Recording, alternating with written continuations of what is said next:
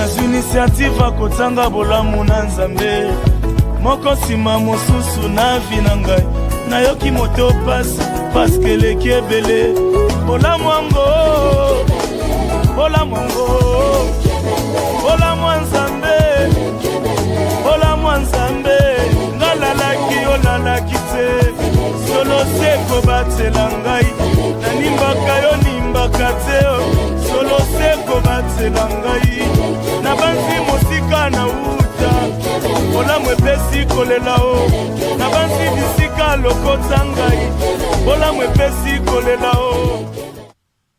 Bonjour, bonjour, bonsoir, balandi ya le Protestant TV na émission na bino Ouvrons la Bible. Ouvrons la Bible nde bomoni kaka toza na Bible awa parce que ndenge tomesani koloba mokili esalema na nzambe nzambe yende liloba ba problème nyonso oyo tokoki kokutana nango na mokili solution nango tokozwa yango kaka na Bible, que ça soit na kati ya ba mabala, que ça soit na kati ya ba église, que ça soit partout na misala, makambo nyonso ya mokili eza na kati ya Bible. Atakutu nyonso te mutu komama na Bible, je vous demanderai boyoka bien magam nazoloba parce que le Saint-Esprit de Dieu, quand le Saint-Esprit viendra, il vous enseignera des choses pe ako rappeler bino makambo oyo na ebisaki bino. Donc là, na mokili, tout chrétien partout azali, mutu azana molimo na nzambe, le Saint-Esprit peut l'enseigner et ko ebise makambo misusu pe et le Saint-Esprit ko rappeler yo makambo oyo kolo Yesu a lobela kibiso. Zamba pambola bino, ça fait un temps que tous les karasouste dans le Protestant TV.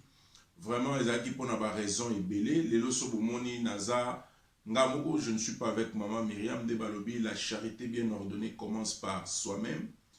Maman Myriam, ma femme, donc ma bien-aimée femme, Azanangate, elle est à Kin. Bon séjour na Kinshasa.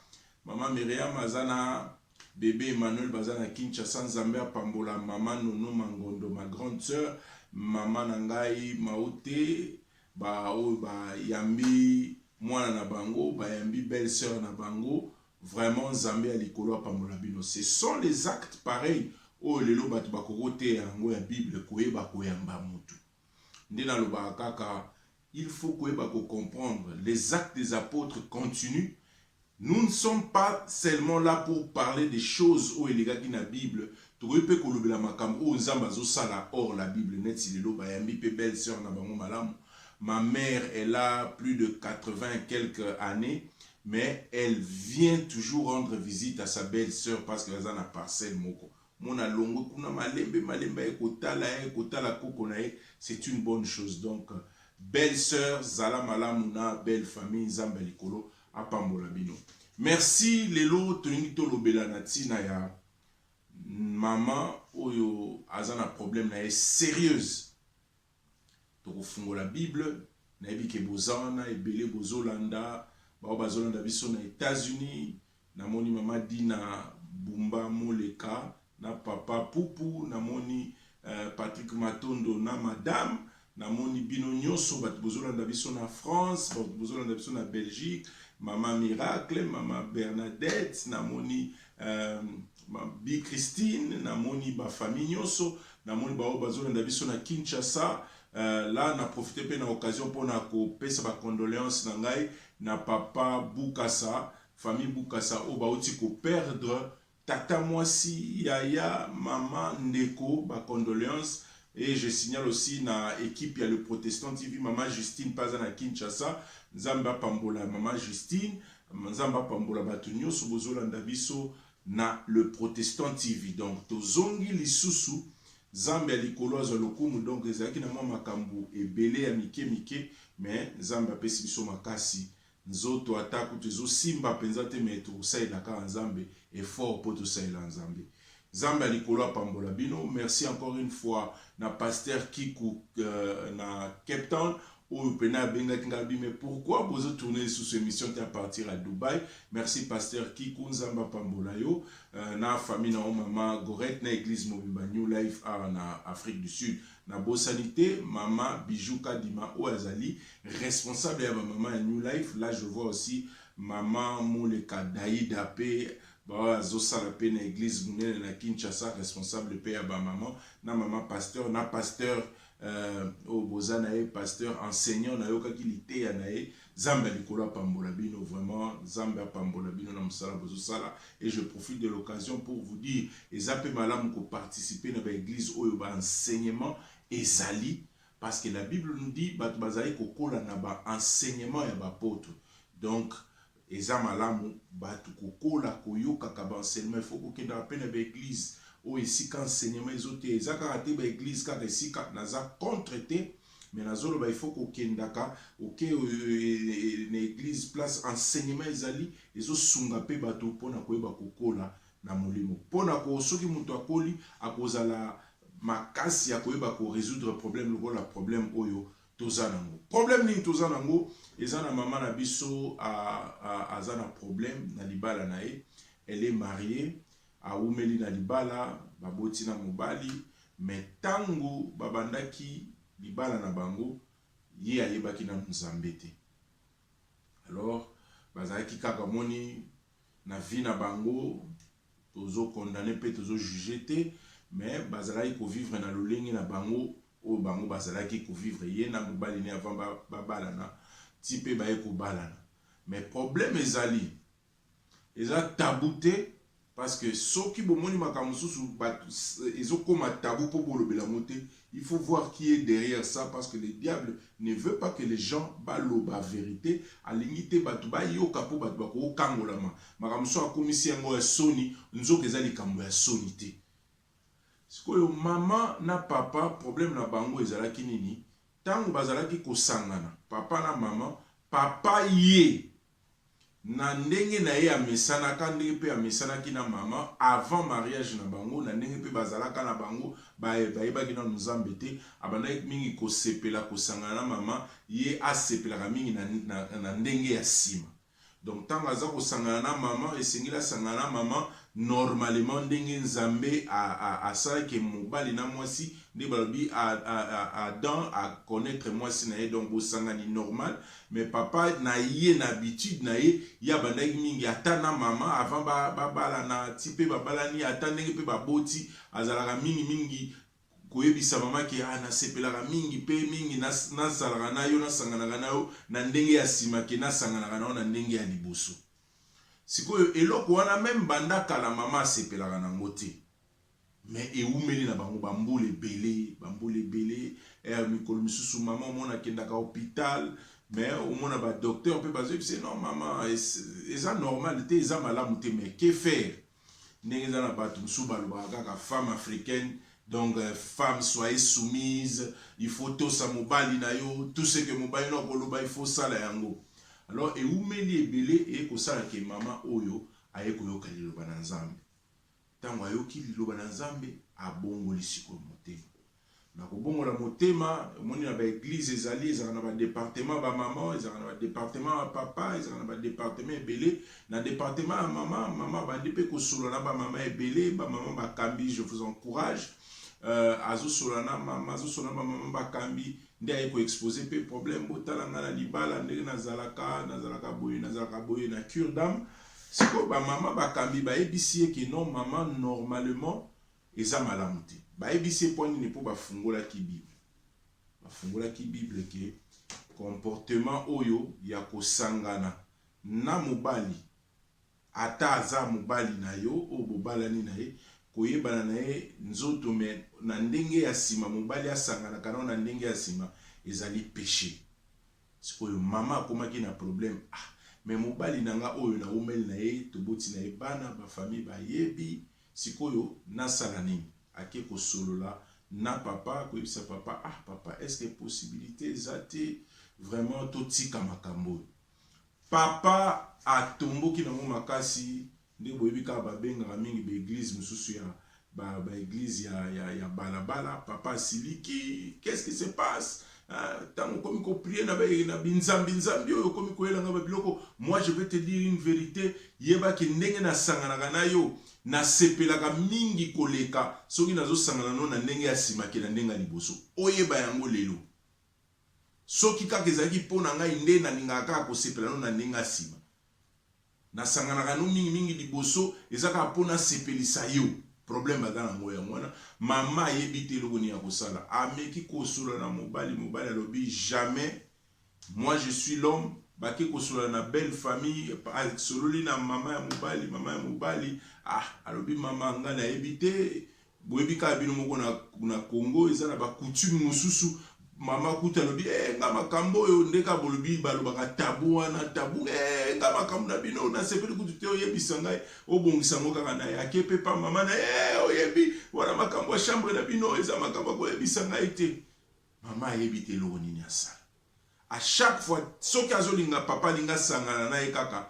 il faut kaka soki basangani na ye papa koluka kaka balola mama asakana na ye asangana na ye susu na ndenge ya nsima problème ekomi yango oyo eza lisumu epa na nzambe to eza lisumu te mama a continué ndenge wana po bible lobi soyez soumise en toutes choses il faut comprendre ndenge wana to ndenge nini tomekaki kotuna bakestion nazwaki bakestion epa ya baréponse epa ya bato parci parla komeka kotuna kozwa mpe suka nango nde tokoyeba kofungola bible po toyeba qu'est-ce que cette maman doit faire.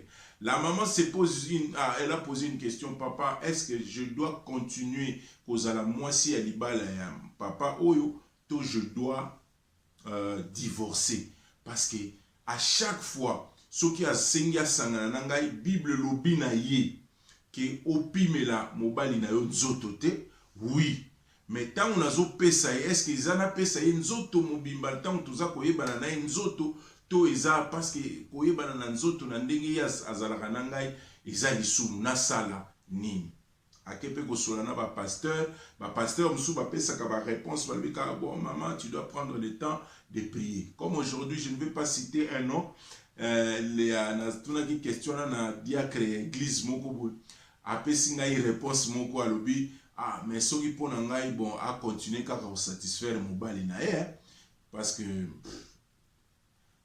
choix eza te mpo soki asepelisi mobali na ye te libala ekokufa donc ekomi bato ebele bakomi kopesa ye baréponse oyo eza malamu yo ozala soumise tanga bible fungola femme soyez soumise en toute chose donc toute chose yango elobi toute chose. Donc les interprétations eza ebele mais je vais vous dire une chose, il n'y a pas de contradiction dans l'Iloba Nzambe. Pour parler des choses de Dieu, il faut être inspiré. La Bible dit, cette écriture, toute écriture est inspirée de Dieu. Donc, tu peux prendre la parole de Dieu sans l'inspiration. Et kokoma zoba. La parole de Dieu sans inspiration, Dieu m'a autorisé dans un basi 4, 5, 6, 7. Donc, il faut comprendre la parole de Dieu avec inspiration. Remerciement à Samuel Yemba ou à Sunginga et Lelo parce qu'il fallait que nous bandela makambo misusu ko bongisa pona tous les calibration nabino avant de ouvrir Bible nangai nabino pona koluka ko yeba. Je vais vous dire une chose, il y aura une bonne réponse pona opesa maman wana. Ezalate ya bon maman to suika bo c'est pourquoi na osenga na numéro ils affiché bande ko boko komelanga na WhatsApp pour donner ba président donc le to solana nkaka 1 tant ceux ko soit 2 tant ceux ko soit 3 pour na koluka kosunga maman na biso oyo na libala na e problème ekomi tina niveau kutu ke papa maman komi ko s'abstenir donc a boyi ko sangana na papa pa lui bon lokola yo boyi ko sangana bon ngana ko sangana pe na basi misusu azo memele kutu même ba photo ya ye ko sangana na basi misusu alobi soki ba famille ba kocha dit c'est parce qu'elle ne veut pas ko sangana na ngai donc ba famille misusu ba linga kutu ko loba makambo wana te bokilo makambo wana talibiso te bokilo talibiso bon lokole ko makambo bokilo talibino te lokole ko miki ba musu bazolo bana ya sambela kaka zamba kosunga ba musu pe ba kongolo bana ezala nano kaka ndengwana sala kaka ndengwana tim kolo zamba ko toucher mobile na yo ya ngwana toke kaka epa ya liloba na nzambe ya ngonde mtesalaki mokili nde na biso na bino tobanda sikoyo kolobela.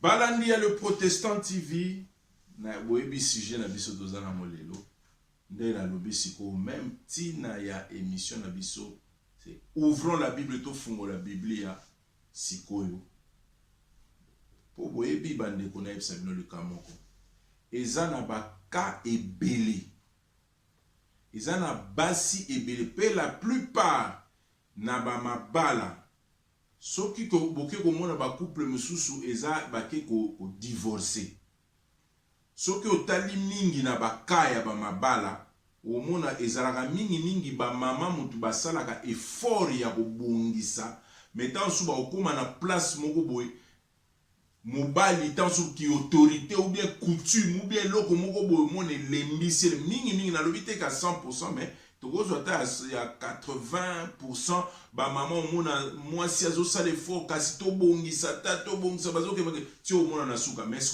soki divorce ekomi mingi bato babwakelaka bango baflèche ezalaka basi omona attention akomi mutu akochola omona ta mais oyebi eloko nini mwasi wana aleki na libala na ye te oyo lelo ntango mosusu aza suna mobali wana te. Je n'encourage pas les divorces to nazopekisa pe te bato mosusu bakabwana te na lobi bongo mpo anini parce que tout ce que je dis na bino bolanda ngai bien. On va maintenant ouvrir la Bible. Je vais vous dire une chose. La Bible nous dit ceci. Bolanda. Veillez et soyez sobres et veillez, car votre adversaire, le diable, rôde comme un lion rugissant, cherchant qui dévorer. Premièrement, le Seigneur, la parole de Dieu, il a ezolobela avant que soit na chrétien. Mais na lingi na ibisabino likamoko balandi. Et que mabala nyonso oyo tomonaka na mokili oyo eza mabala ya Nzambe te. Bato bakosangana o libala babeti banzembo babeti bino parce que boyo kangana yebisa bino le diable na mokili oyo la Bible nous montre il a 3 sortes ya misala asalaka. Na Bible na Jean 10 elobi le voleur ne vient que pour dérober, détruire et tuer.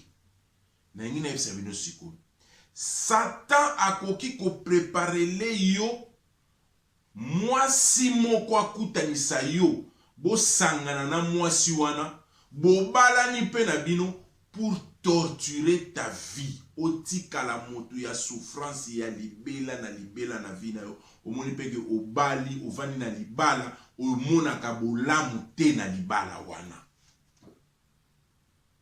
Satan pe akoki kotindela yo mobali songolo un homme, un bel homme de balobaka.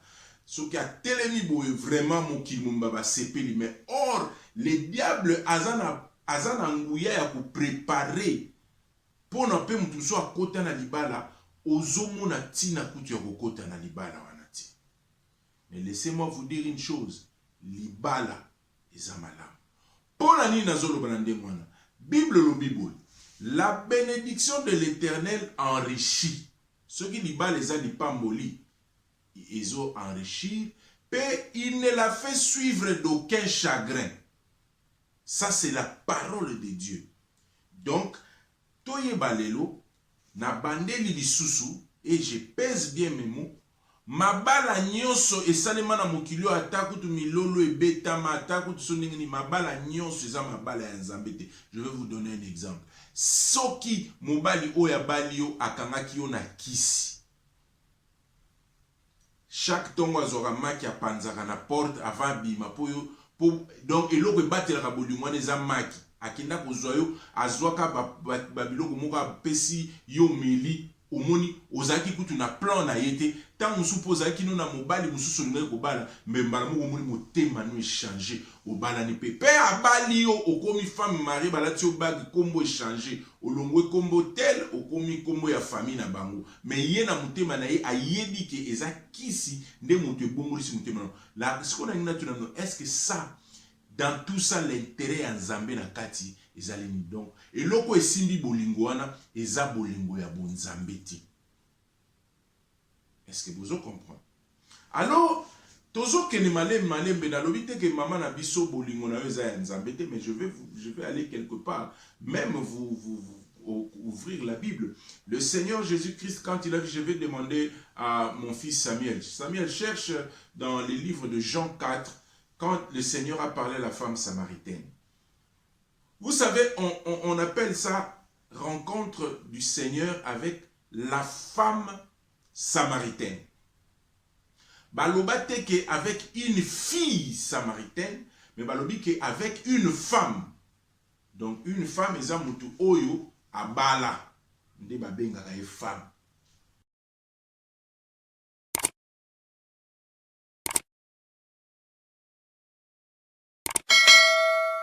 Ça, mais tu as trouvé ça.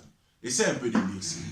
Jean 4, 15. Jean 4, 15. Ouvrez la Bible. La femme lui dit, Seigneur, donne-moi cette eau, afin que je n'ai plus soif et que je n'ai plus à venir puiser. Verset 16.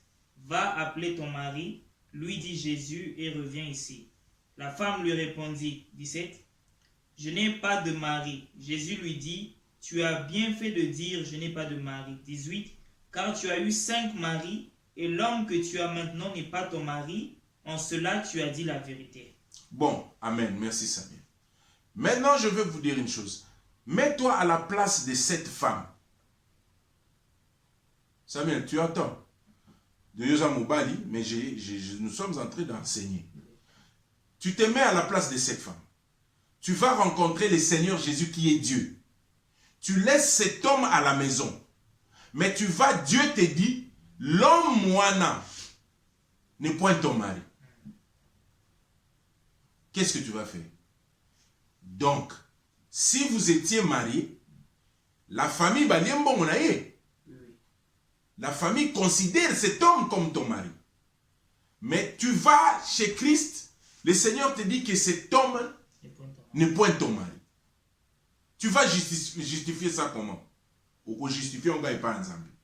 Parce que le Seigneur lui-même a édition. Il y a un monde qui a renforcé bien aimé bandeko faut koyiba parce que to bandozo pe ba enseignement mingi ba maman bijou to bandozo senga pe ba maman Daïda Moleka batindela biso ba image pour na ko enseigner ko renforcer le protestant TV ba maman Bea Biuma moi c'est un pasteur Timothée ko renforcer ne maman Goreta Salaki parce que les femmes baza victime mingi na makama eza capacité eza pe mibali donc mabala misusu eza tala. Bo sekana mwasi wa divorcé. Bo sekana mobali wa divorcé. Bo yebi makamuni ni bakutana kana ngote. Bo yebi te. Bo ta lokola mama oyo.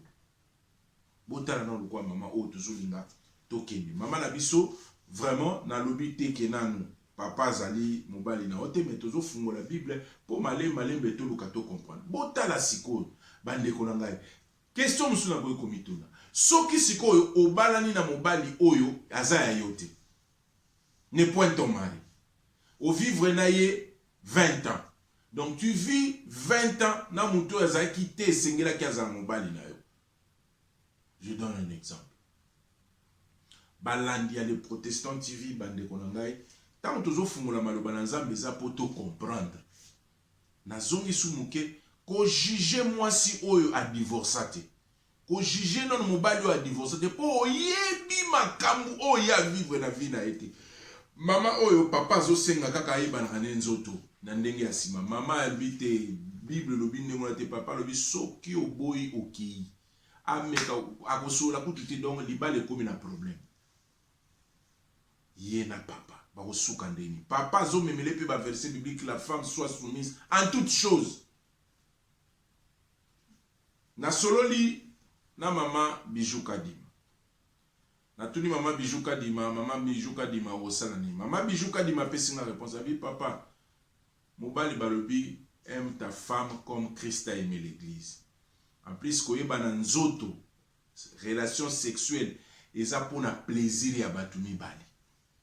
Mais soki ekomika pona plaisir na yo moko papa wane komi komona mama lokola mbwa bomoni ba mbwa ndenge bazalaka ezo kipete ozo mona kaka ozo komi komona intérêt na yo moko wana so eza bolingo te papa so ozo landanga soki okomi kosala kaka relation sexuelle pona intérêt na yo na ndenge yo moko ozala satisfait ozo kanisa ta mama pe asepela te la preuve nga nazoloba na tabu te la preuve papa soki ozosangana mama okomona sperme kobima yo osepeli omona mama pe asepela omoni pe a jouir omoni pe mama donc eza eloko oyo ezosenga papa na mama bino nyonso bosepela nango alors soki ekomi ke papa okomi kosala to mama okomi kosala kaka po yo eza susu eza eloko te esepelisa papa esepelisa mama wana eza susu basigne déjà ya bolingo te donc na point déjà maman ozo comprendre papa ozo comprendre batu nyonso bozolanda ngai na le protestantisme tozolobela pona toza na tabu te tozoloba po batu mosusu talaka belle famille baboyi na bango koloba makambo biso makambo chambre na bino te biso siko tozolobela ngo pona bacouple ebele eza na baproblème ya makambo un jour mais tozongela nonu sujet ya papa na mama na biso mama sengi na papa papa alobi etalinga te naza kuna te na makambo wana nalingi sikoyo na fungola ndenge nalobaki tokende moke na kosenga na mama na point oza nango osengi odivorce to divorce te nasololaki na papa Baudouin Chabani na Cape Town papa Baudouin Chabani napesi mbote na mama apesi alobi boye Samuel ozotanga na acte 5 verset 29 acte 5 verset 29 bofungola pe ba bible na bino botala acte 5 verset 29 bozwi pe ba bible na bino na biso totanga po toluka to résoudre problème oyo le temps Samuel azozwa acte 5 verset 29 bino pe boluka pe Ephésiens 5 verset 25 mais attendez non acte 5 verset 29 acte 5 verset 29 Je lis au nom de Jésus. Mais Pierre et les apôtres répondirent, il faut obéir à Dieu plutôt qu'aux hommes. Bon.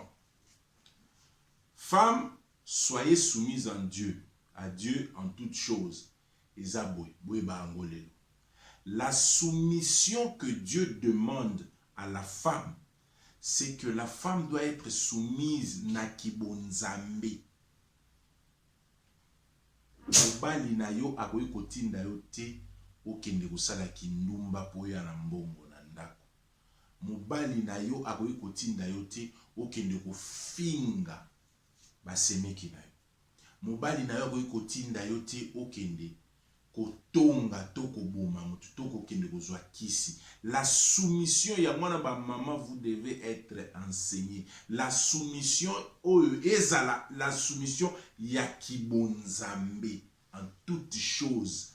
Le Saint-Esprit va vous rappeler les choses oyo lobama ki pe ko yebisa de donc étant apôtre ngai pe comme inspiré du Saint-Esprit, je veux écouter ce que l'interprétation donc exaboué. Que la femme soit soumise en toutes choses selon le Seigneur. Na kibonzambe. Parce que papa tango azo senga yo osala kana relation sexuelle na ndenge asima. Papa Baudouin Chabani a pesi verset, il faut obéir à Dieu plutôt qu'aux hommes. Homme wana pe bachepe na mobali na yo. Papa, avec tout le respect possible, l'évangile doit être prêché pour sauver ton mariage, pour que la bénédiction de l'Éternel et qui t'akati na libota na bino. Samuel oke na Ephésiens 5 verset 25 pour totanga na bino na Ephésiens 5 verset 25 boyoka balobeni Samuel. Ephésiens 5 25, je lis au nom de Jésus. Amen. Quant à vous, Marie, que chacun de vous aime sa femme comme Christ a aimé l'Église, il a donné sa vie pour elle. Bon. Ce qu'on pona mibali, balobi bolinga basi na bino, tendenge bolingaka, bozaka bolinga basi musu bobima na bango. Bolinga basi na bino tendenge ba parents na bino balingaka ba mama na bino. Bolinga basi na bino te ndenge voisin alingaka mwasi na ye. Mais babi mibali bolinga basi na bino comme Christ a aimé l'église. Alors place au bolingo ya bosolo ya bonzambe ezali compréhension koza.